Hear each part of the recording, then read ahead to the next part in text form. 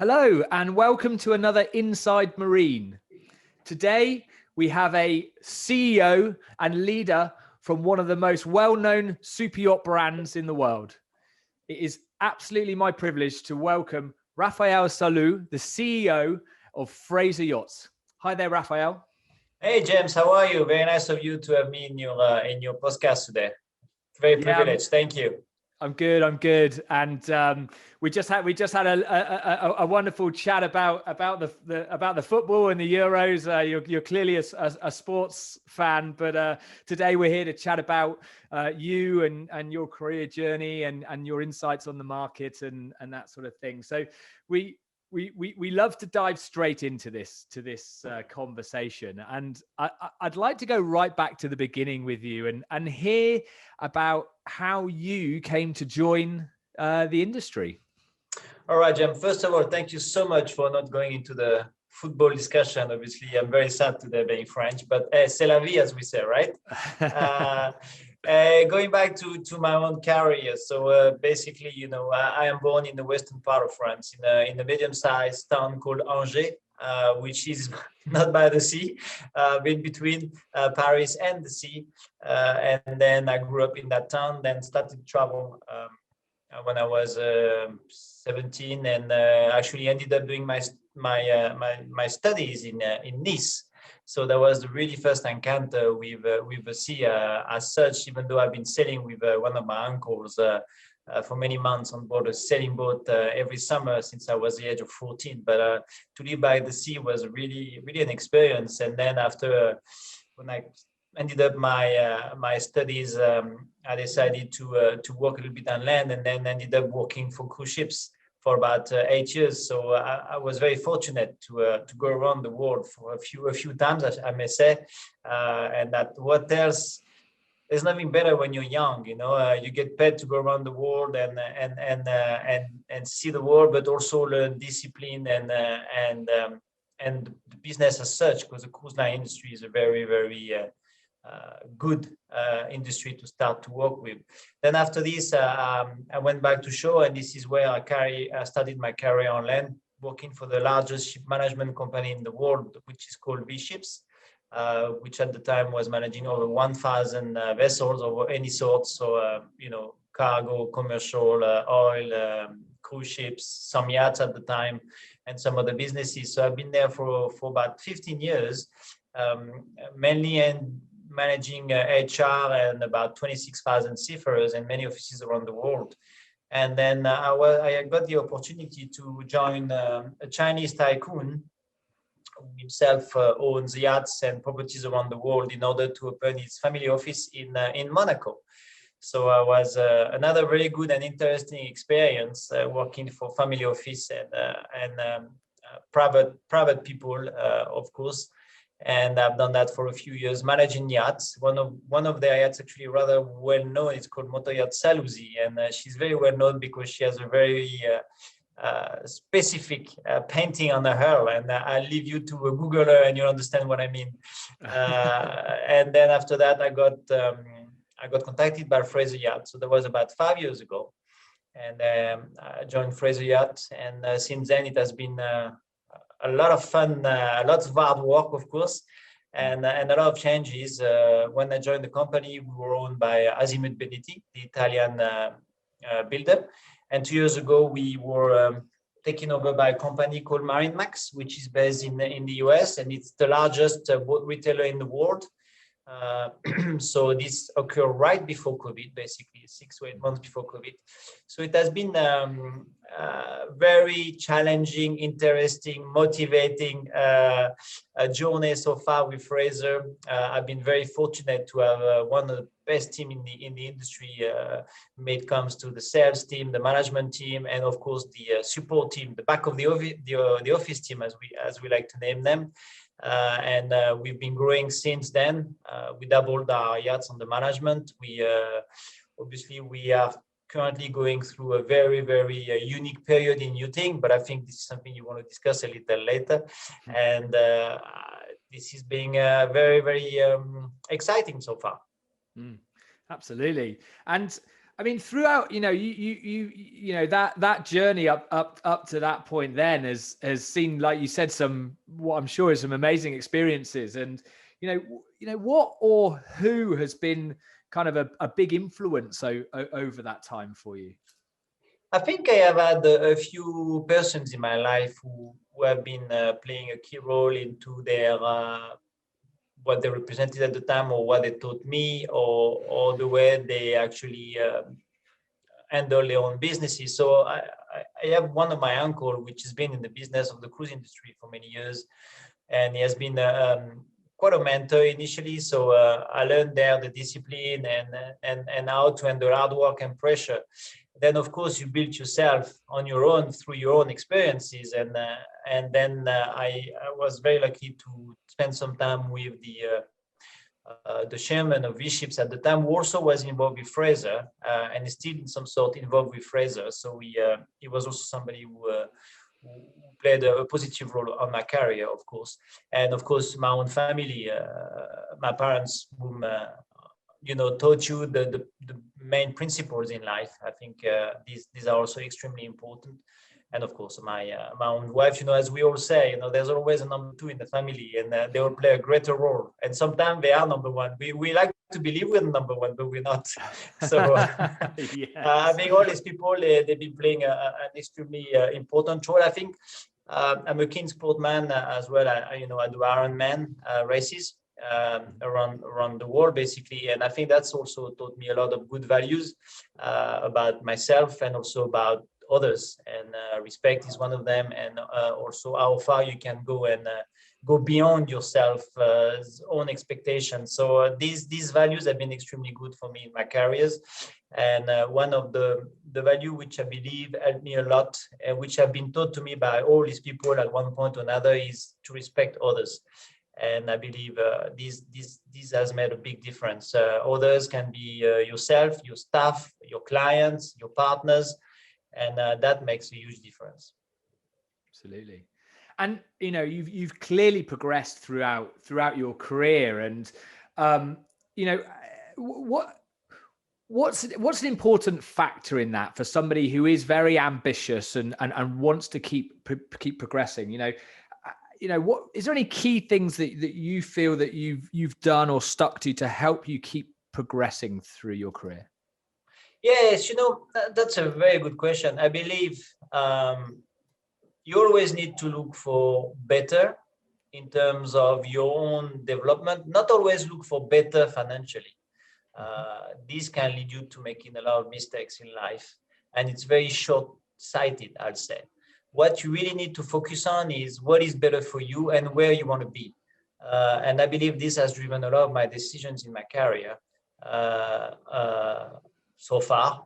And all these decisions were made on where I want to be and what can I bring to the table, which will also give it something back to me. Again, not necessarily financial, but as a reward.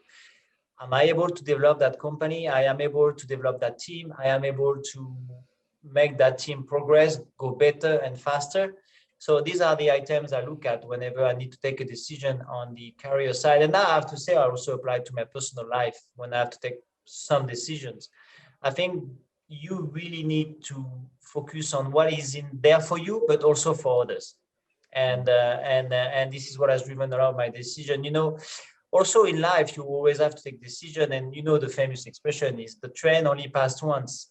And if you miss it, you are likely to have a second opportunity. I don't think this is necessarily true all the time, but this is very true many times. And therefore, when an opportunity comes your way, you really take the time to study it, review it all. It might not be the right train, though. Be careful.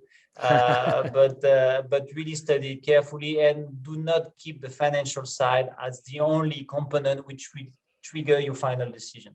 You need to look at it as an entire package. When I joined Fraser, this decision was made purposely on, this is a nice challenge. This is a company which is renowned internationally in an industry which is growing and which is developing, which is not necessarily well structured yet or well established yet in terms of an industry as per se. and I thought that was a great opportunity to maybe bring some of my values and visions to develop that company going forward. And this is what triggered my decision to join that company, for example. Yeah, no, thank you. And I mean, over your time in the industry, kind of up to now, and I suppose, bringing it up to sort of pre-COVID, what have you seen the changes of the industry, over the years that you've been in it? I think, and yet again, I'm only been 5 years, even though I can add the other 3 years working for my family office, as obviously I was managing some yachts. So I was on the other side of the fence, but kind of involved in the yachting industry. I believe I see a shift in the industry, which more ethics, more self-conscious about sustainability, people also understanding that this is to be structured like a real business. We always had this vision about yachting, about, the commission structure, the backsheet structure. And I think all of this is fading away slowly but surely. And it's really, you're going into an industry which is much more responsible today in a way they handle their own business. Also, our clients are very, very savvy in their own desire and their own knowledge about the industry. Today you have everything available on the net or through many, many other mediums, and therefore, we all need to be extremely professional when we handle a client, but also when we handle our own selves. And I see this shift, which was actually accelerated with COVID, because we had to reinvent ourselves in many ways on how we're going to reach our clients, on how we're going to be able to sell yachts without them being able to see the yachts, on how we're going to be able to go around the fact that people cannot travel to charter. So I think that's speed up a lot of the processes, and I do hope that this will carry on, so we actually get better and stronger going forward. Absolutely. No, I mean, it's really interesting. It's something I hear quite a lot talking to people who are very much working like yourselves in the, that really core kind of super yacht industry, is the changes in how professional the industry is, and the really need the need for that to kind of improve, I suppose, along the way. It's obviously something that you're very tuned into, and I do see it changing. But do you feel that the expectation from maybe the owners or the charter customers or from the customer is changing from a professionalism and service level? Oh yeah, no doubt. I mean, we are dealing with our client base are all very, very successful businessmen or businesswomen, and therefore they're all very good in what they're doing, and very well educated, and they know exactly what they want and why they want it. And obviously, when they talk to their broker or the company which will represent them in buying a yacht or chartering a yacht, they expect them to know what they're talking about, to know that they don't have any risks financially and legally. They're also obviously not exposed publicly for the ones who don't want to be. All these kind of things are part of the professionalism of company like ours. And I think the people we're dealing with just expect this beyond and above the fact that you need to make sure you find the right yachts, beyond and above the fact that you need to help them in some arrangements to join the yacht after they leave the yacht, or when they build the yacht to find them the right yacht. What they expect from us is a solid company which is able to handle their demand in the way they would themselves handle their own business. And I believe, this is a key today for many of our clients when they decide whom they're going to be working with. Yeah. Okay. No, I can, it's really, really important to be quite mindful of that, I think, isn't it? And as the customer is becoming maybe more, aware, their expectations levels are increasing, maybe, does that naturally make the market more competitive for you? Do you see the industry as a whole improving in that area? I think the industry is improving. Unfortunately, you always have the few who are not necessarily looking to improve or follow the good principles in how to handle our business. And I'm afraid that happens in every industry. But the thing also about our industry, there's so much money at stake that it does attract a lot of bees who are just looking at the dollar sign or the euro sign. And therefore, this is there again very important for new customers to be working with people who have the same understanding of what business is all about than they do. So there is no confusion. There is no black area or gray areas on how you handle business. Because at the end of the day, even though you do purchase a charter, you can look at very high amount of money. You have charters which are going far above the 2 million price tag or 3 million price tag. Not talking about buying a boat. And I do believe that you expect maybe a charterer or the owner of the yacht. Everybody wants to be sure they're dealing with the right people who have the means to do business with them. At the end of the day, it's business transaction. So we need to make sure ourselves that we are representing people who are legit to handle this kind of business. And not far too often, but still today, you find individuals who are not necessarily doing the right due diligence on the people they want to represent. And it can be quite harmful for one of the two parties. So there again, this part of the professionalization of the industry. Everybody needs to do their job properly, which also include the fact of make sure that the parties you're dealing with are actually able to be in that business. Absolutely. And over the last, bringing it, I suppose, to the more present day, and really over the last 12, 18 months, I think for any business owner or business leader, it's been an unbelievably challenging time. And I think all businesses have clearly had the same challenges as a business. But what I'm finding really interesting has been the approach of the business leader, how they've individually taken on that challenge of leading a business in the last 12 to 18 months. And I'd love just to hear a bit more about what's happened in Fraser over the last 12 and 18 months, and also kind of your approach as the business leader in that crazy world. I mean, when I got the first, I don't know if you remember when the COVID started, it started in Asia, then came to Europe, then went to the US. So we are international. So we have offices everywhere basically. So when I got the first emails, like many of us saying about COVID in Asia, I was like, okay, gotta be very careful, but it's going to be another SARS or another virus which is going to be contained before it actually spread the way it did spread. But when it did hit us, I was like, okay, so what's going to happen? What's next? We all got confined in Europe, not the US yet. But then we were saying, okay, it comes here, it will be there. So how do we prepare ourselves to start that, what we saw as a roller coaster ride going to nowhere initially, right? So the first thing was to make sure first and foremost that our staff and our team was safe, because at the end we had very little information on the nature of the virus. So whilst we were already having a remote work policy in place, it was pretty much easy for us to actually spread this to our entire teams around the world and have them work from home until we know more about the virus and the restriction and the confinements. So this was the first step. So we did a full analysis on how we can make sure our staff, their families are actually safe in some sort, because clearly we had no idea what was happening.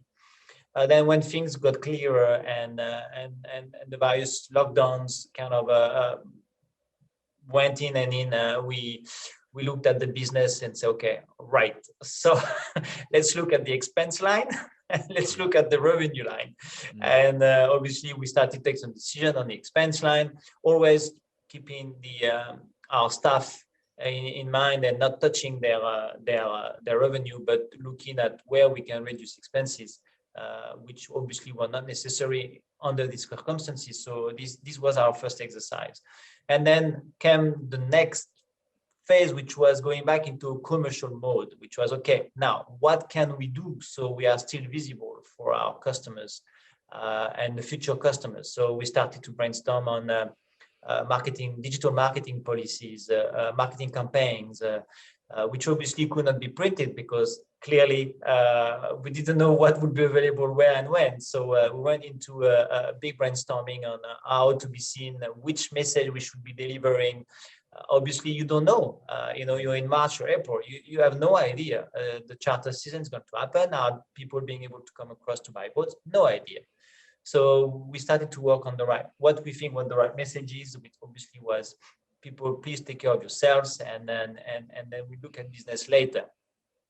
And then when the restrictions started to lift again, slowly in Europe and then in the US, we looked at, okay, now let's go into fifth gear into business and commercial. Then we changed a bit our marketing messages, whereby we started to push some boats, started to push some charter destinations, started to do lots of things, speaking to media.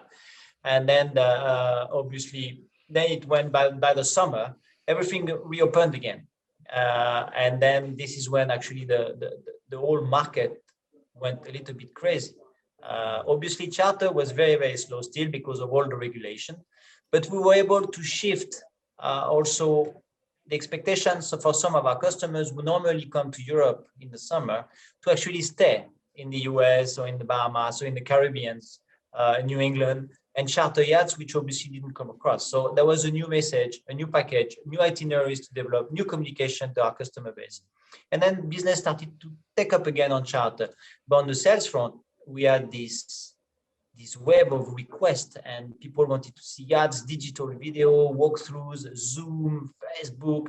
It was just crazy. So, and then we started to sell boats, and the industry started to sell boats. And then America, which really only experienced one lockdown, especially in Florida, where the boating world is in America, saw a huge boom in boating, not yet over 25 million boating. And our parent company, Marine just got so busy selling boats. And then I said, that's a very, very strong sign. COVID is really bringing that needs for people to live life, to be with friends, to be with families in an environment which somehow they can control. And then it went into the super yacht industry, whereby from August, September, November, December, you had this huge boom. We doubled the number of sales versus last year's numbers for that period. And already 2019 was very good. So obviously we kept on adapting, on investing in digital media, marketing, messages, PR companies, also with our staff going back to the office slowly in America, in the office, working the docks, etc., etc. And this is how we went through the crisis. It's been a huge roller coaster. America stayed open, but then we went back in another lockdown in Europe. So we said, okay, we started again. So the process was known. So we did the very same thing, but America was still going with sales of boats, and you could see Americans were asking for charter. It's like we were in two different worlds, So we had to adapt ourselves, obviously, and we have been in that mode since then. Because we only came out of lockdown in Europe a month or two ago, and actually the end of the full lockdown is today, for example, in France. Whilst in America, it's something of the past. when you talk to our colleagues, or if you look at the news, and the market is since January is just incredibly busy. Everybody's selling a lot of boats. We see a huge increase of charter requests since obviously Europe has been confirming their restrictions, which all have been lifted for vaccinated US citizens to start with, and we see a somewhat back to normality in charter, but we still have that ongoing boom in sales, which is extremely incredible. But that is also understandable because I believe, like you and I, when we were in lockdown, we say, okay, as soon as they reopen, I'm going to go to my restaurant. I'm going to go there on vacation. I'm going to do this. I'm going to do that. And these people, they just felt, oh, you know what? I have a yacht, but maybe it's too small. I want a bigger one. And I thought about a bigger one, but I never did. So let's go for it. Or I've been doing charter for so many years. You know what? Let's go and get our own boat so we can do what we want. We have our own crew. We do where we want. And you have that phenomenon. And another part of this, I think what COVID did to the industry, because I think the message we've been given out and the way people are now seeing yachting is much more positive than what it used to be. in the general media, general public. I would say, it has been long seen as a playground for the rich and the famous, and doing this and doing that. Whilst now, people understand actually being on a yacht, it's a great alternative vacation on a smaller yacht, on a bigger one if you have the means, and people start to come to yachting. And this is why we see that rush in many ways. I think one of the big things that stood out with me there is just going back to the beginning of COVID, is where you clearly prioritized at first your people, and checking that your people were okay. And I see so many businesses that didn't do that. The businesses that did do that, who maintain a motivated workforce, if you like, throughout COVID, and were the ones that were able to much quicker evolve and adapt. And because they just had this fantastic kind of gratitude, I suppose, towards their businesses that because they were taken care of and prioritized. So, really well done with that. I'm really interested to get your opinion on, obviously the current state of the market is good. I think all, whether it's yachting or all parts of the marine industry, clearly, like you said, people have been dreaming of these things, and most of the time they're to do with a boat during lockdown. Is this a bubble, or are we seeing now a new type of customer? What's the opportunity for the industry here longer term? Well, if you compare the growth of wealth worldwide versus the growth of yachting, we still have a huge gap in between the two, whereby the wealth growth is much more dynamic than the growth of yachting. Obviously, this year may be increasing a little more our own trend, but you still have that huge gap in between the two. So of course, the wealth is very strong in America, in Asia. Asia is not yet really into yachting. So that's also something we need to consider when we compare the two trends. But there's definitely more growth possibility for yachting when you compare these two trends. And COVID has also accelerated that perception of yachting for people who have the means, but never necessarily thought about yachting because it was not on their radar. And suddenly it's on their radar, and they start to understand, okay, let's hold on a minute. I go to a resort, I stay 7 days in the same place. It's a beautiful resort. It cost me lots of money, but maybe I could have had, for pretty much the same or a little more money, a unique and unforgettable experience being on a yacht with my family. So I think all of this gives me very strong hope and positive signs for the future of the industry. Of course, we are never protected against any potential economic turnaround coming our ways or not. If that happens, that would be beyond our control. But if the economy remains what it is today, which is to be seen, I think there is strong positive signs for further growth in yachting. Now, one of the issues we may be confronted with could be the lack of inventory for boats to be sold. Of course, now the yards are very busy. Therefore, for many of them, you are only available to get a building slots for a boat delivered in 24, 25. And therefore, for many of our customers, because also of that COVID perception, I don't want to wait 4 years or 3 years. I want a boat now. And of course, now boats are selling. So inventory is reducing. So that could be a challenge within the next year or two, whereby you don't have any people don't necessarily find the boat they want in the market. And therefore, you may see then maybe a little bubble coming up, whereby people who are taking delivery of their boats now and next year, they enjoy it for a year because I think they also want to enjoy their yacht for the very same reason. But then they see an opportunity to resell their yacht with an added value in a year or two if the market remains what it is. So there we may have the risk to see a little bubble. What is positive today, despite the situation, prices remain reasonable. You don't see that crazy race towards higher prices. The buyer is not stupid. He's not going to go over the top like we've seen in 2007, 2008. Today, buyers, I think, buy the boat for most of the time at the right price. And sellers are selling for many of them at the right price. So these are good signs. But if it carries on like this, we may end up in a situation where you will have some opportunities for some sellers, and it may slightly alter that market. And that is something which we need to keep an eye on. Now, when it comes to the charter market, I personally believe this is one segment of the market which will keep on growing and growing and growing, unless again we have an economical issues or political issues going forward. But this will keep on growing because you have that demand and that interest for yachting, which is really, really strong today, and has been for the last 3 years. Even before COVID, we had strong demand for charter, and I see this growing and growing and growing. If all stays well, and you will still have boats available for charter. So that's what I said to our customers. Now, so if you want to charter a good boat, you better do it early enough in the year so you actually have the choice. Obviously, 2020 is a very specific year. A lot of people do not know which countries are open or closed, so they still wait the last minute. But now we see a shortage of boats. I mean, if you look at the prime season, which is July 15th till August 15th, there's very few boats available. So this is the way I see things, and we're not yet in a situation where we can call it a bubble. I don't think this is the right term yet, but we may be ending up there. Yeah.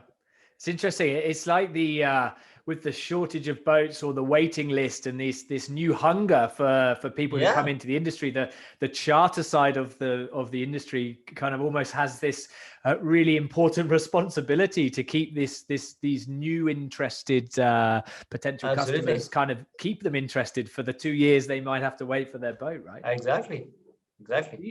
And do you see with this newfound interest, I suppose, maybe a broader interest of people wanting to come in on the charter side, try out the industry, a new different needs, new needs? Is the charter industry having to adapt at all to a new type of customer?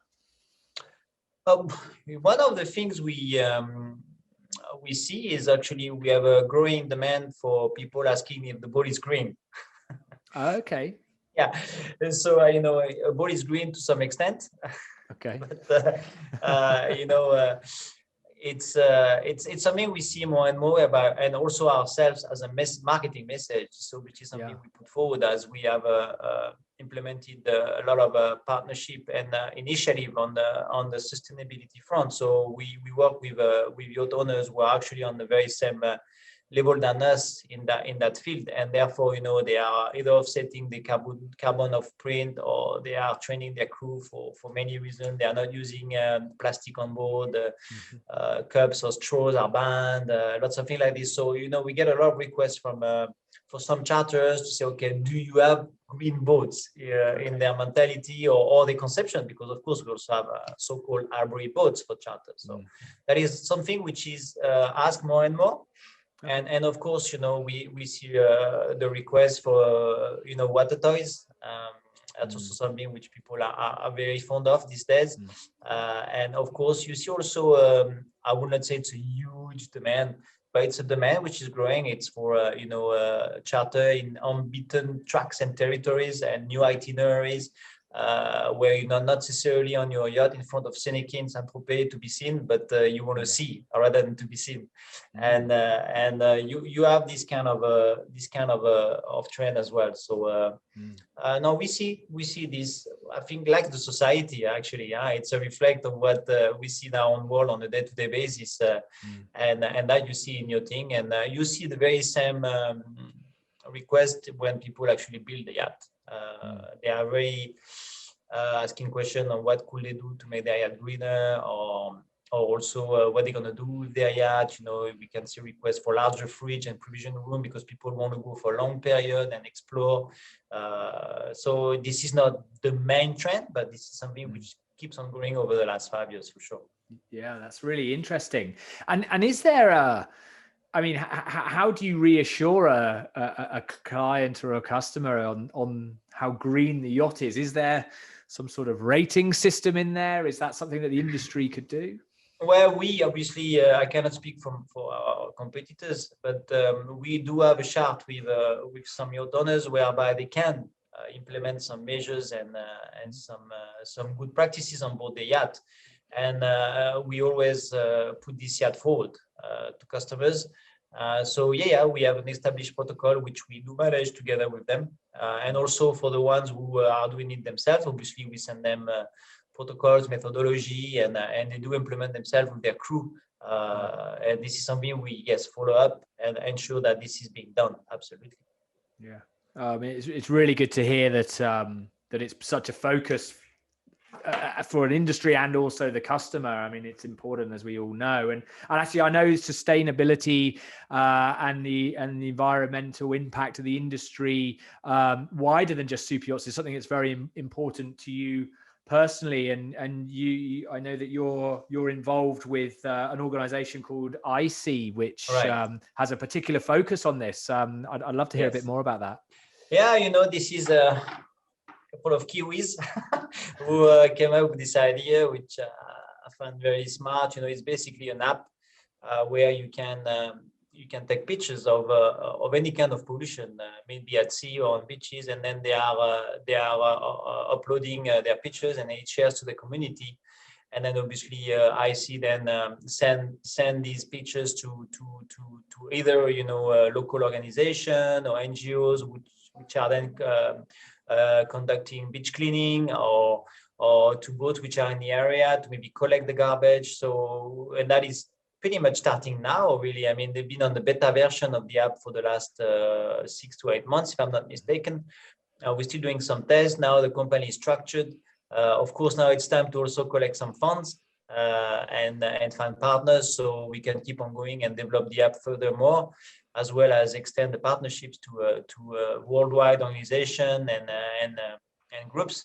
So yes, this is one of many associations, obviously, which are trying to do something more in our today's world. But I think the concept is clever, and you can do it on land, and obviously, it's open to all seafarers. So any kind of boats can take a picture from their phones and upload it. And I think this is something which will help a lot to locate and obviously hopefully clean whatever pollution we can find. Yeah, brilliant. It sounds like a really great concept and a really good use of simple technology that we all have in our pocket, right? To try and sort of combat the issue. So yeah, fantastic. Okay, so something that is really, really important, I think, within the industry and to us and us as business leaders is diversity in our industry, and I'm just really interested to get your view on diversity in the industry. I think I can only obviously speak for our company and some of our colleagues too, of course. But us, for example, we have over 57 nationalities working for Fraser worldwide. We have almost parity of gender. Actually, we have 55% of female in our company. Obviously, we have a very strict protocol in terms of again, this is something I repeat myself a lot during that discussion with you, but respect of each other's. I know sometimes we can be under the heat and kind of lose control, but this is something we do not accept whatsoever. Respect of each other, respectively of the position and the responsibilities in the company. We really like to praise ourselves as having a very diverse company in terms of gender, race, age, and nationalities, but also in terms of how now we handle our own people and others. Great.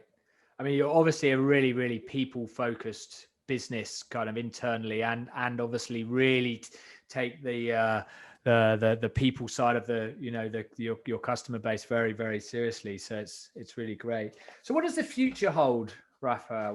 What's next? What's next? I'd like to have a crystal ball. Look where we were 2 years ago. Yeah, absolutely.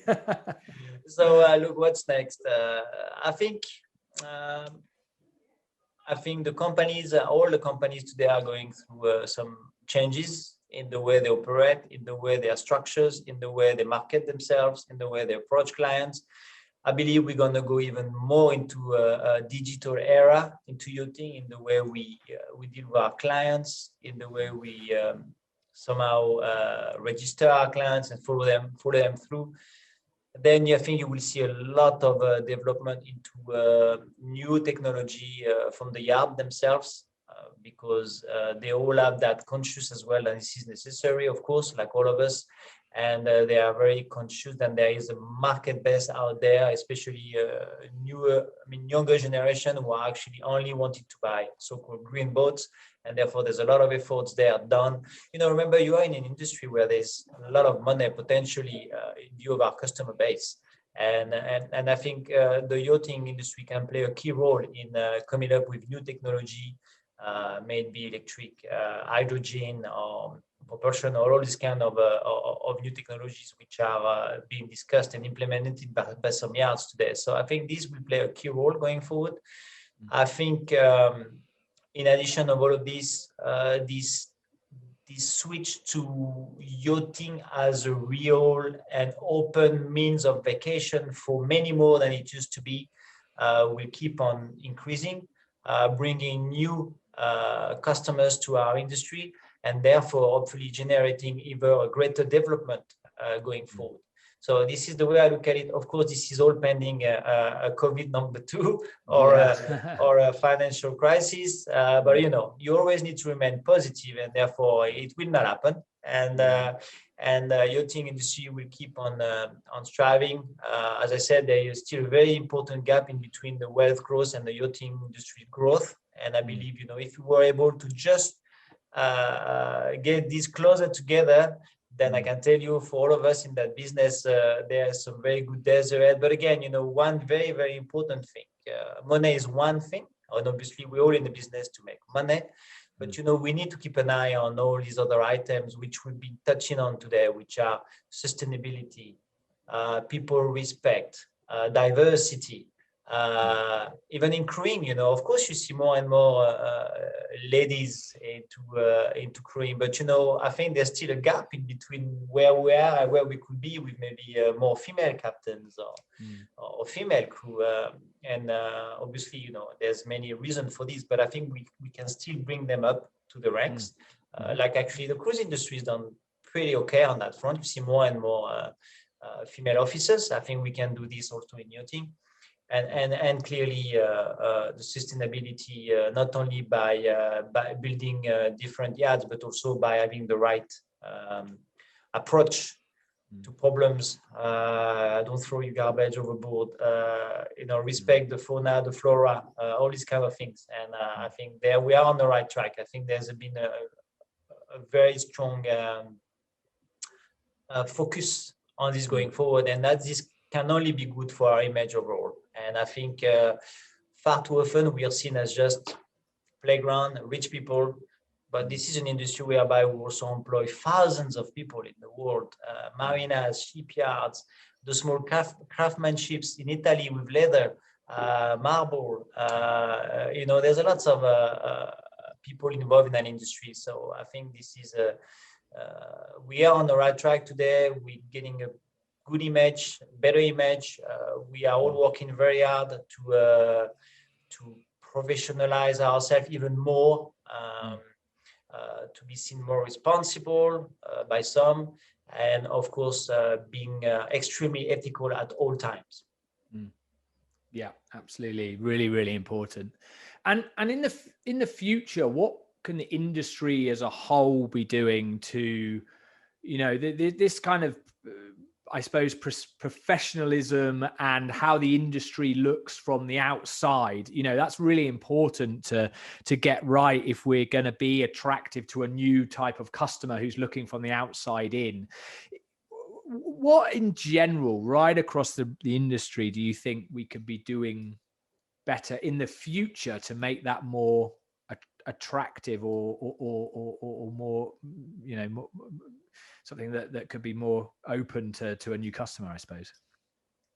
Well, I think all these items we've been discussing, greener approach to building yachts, and communicate these.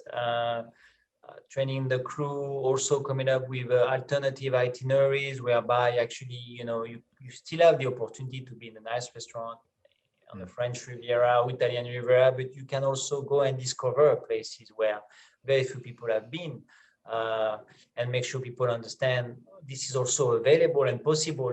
This is not just only a superstar drinking champagne on the yacht or a football player diving from the half deck. It's many more. Also, we have many owners, for example, who are being very fond of lending their yachts to scientifics or NGOs to conduct some studies, and that far too often we do not speak about this. Yeah. And I believe this is wrong, and they also play a role. We have had some of our we've been working with very influential businessmen who actually just build yachts to make them available for the community. So you could conduct some studies, some researches, and all these kind of things. I think, if we carry on being, of course, together with our owners, because clearly without them, we are nothing. Yeah. Together as a community, which yachting is all about, and put that light on our community, what is done, what can be done, the emotion it brings, but also what it brings to others. I think that will be a very, very good message, which obviously will attract more people to that wonderful industry, which is yachting. Yeah, no, that's a really, really great point, and I think, like you said, the stigmatism that can come with the super yacht industry. Not enough of the good messages are shared and spread, and I think you're absolutely right. I used to work for this tycoon, and he told me once, the best place for me when I go on vacation is my yacht. So I said, okay, well, I understand, it's great, you're at sea, you serve. And he said, no. You know why? Because this is the only place and the only time in the year where I have my whole entire family for me. Yeah. Only for me. And I can enjoy everybody, because you're on land, everybody's busy. You go there, right, left, forward, the telephone, the Instagram, the thing, that. He said, no, there, a couple of days, everybody on TV, everybody on the phone, but then suddenly, we all go into a yachting mode whereby I'm just with my family, and I love it. Yeah. And I think this is the feeling which we share with a lot of our customers. And I think for them, it's like the place where they can once or twice a year be with their people or their friends and really enjoy. And I think this is really what people, why also you see that attraction towards yachting today is people start to realize actually this is what you get on the yacht. And there's very, very, very few places where you can get the same feeling. Not to mention that today you're in Monaco, tomorrow you're in Portofino, the day after you elsewhere, and all of these with your loved ones. And I think this is this emotion feelings which makes our industry all around so special. Yeah, no, that's great. So look, we talked about, the past and, your journey, sort of your career journey through the industry and your thoughts on the future of the industry. But I'd love just very quickly towards the end, find out a bit more about you, Raphael. And one of the ways we like to do that is ask you a very simple question. What is your perfect weekend? My perfect weekend. I do Ironman races, as I said earlier. So I like to train on the weekend because this is really the time where I have time. Yeah. Otherwise, weekdays is difficult. So I like to do a good session on weekends, maybe biking, running all together. That can happen. And then I love to ease in a very lazy afternoon and then go for dinner with my family and friends, or else have a nice dinner in my house. And obviously, summertime, I always take one of the 2 days for boating. Yeah, nice. So I go for either a day or a morning or an afternoon on the boat. And, here it's so nice. We are very fortunate in this Monaco area to have wonderful waters and places to go for just a couple of hours at the end of the day. Get on the boat, go for 3 hours, come back, and everybody is having a great time. Yeah. So that would be my top weekend in summer, I'll say, and in winter you keep the sport part, and then I go ski. Yeah, nice. Yeah, we Well, were look, lucky. yeah, absolutely. Yeah. It's all on the doorstep there, isn't it? Right. Oh yeah. What a wonderful place. I've got I have a lot of respect for anybody who can train to kind of Ironman level and be able to sustain a very senior job full time. I've started over the last couple of years starting to run marathons, and that's hard enough Good. getting in the training to that, let Excellent. alone an Ironman. So yeah, my hat's off to you. Remember one thing, which maybe will make your training better. Always do it for fun and pleasure. Yeah. As soon as you become too competitive and you put your mind into a training schedule, it becomes a stress and a burden, and you lose the fun of it. Great. Remember that. Always go by feelings, and remember also, I can't train our mind. It's also a lot of discipline and how you administer your schedule. Yeah, okay, some like to stay in bed at 7. Maybe you wake up at 6 and go for 1 hour run. Instead of having lunch, you go and run or you go and swim. So I think, the Ironman motto, right? Nothing is impossible. Absolutely. Great. And look, one final question, Raphael. If you were to give one piece of advice to somebody considering coming into the industry or just entering the industry, what would that piece of advice be? Well, you have many roles and function in the industry. I think, like anything in any industry, listen, learn, ask. Ask. Now, if you go into a more sales-oriented position, obviously, got to know the boats very well. I always advise newcomers to, maybe, especially the younger one who are, wanting to be into yachting, please go and do a season on board a yacht as a deckhand or as a stew. So you understand also what yachting is all about. We don't expect you to know the brand of the engine and the maker and this and that. Obviously, you learn, but at least understand what yachting is all about. Because you are the one to sell that feeling to people. So if you yourself do not know what it represents, it's very complicated to explain to somebody. So if you have that opportunity, do it. If you do not have that opportunity, then learn. You will probably go into a company in a junior position.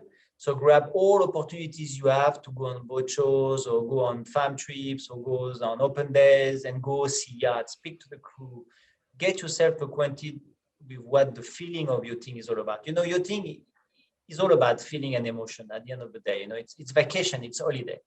So get to know that and understand where it brings you. And then already you will have a good, strong understanding and a good beginning in the industry. Thereafter, it becomes to your own skills and personality and drive, If you have the drive and a little bit of knowledge and the right attitude, you're a winner. If you have a lot of knowledge, a big attitude, and very little discipline, Yeah, I got it. Not for Fraser, at least. Brilliant.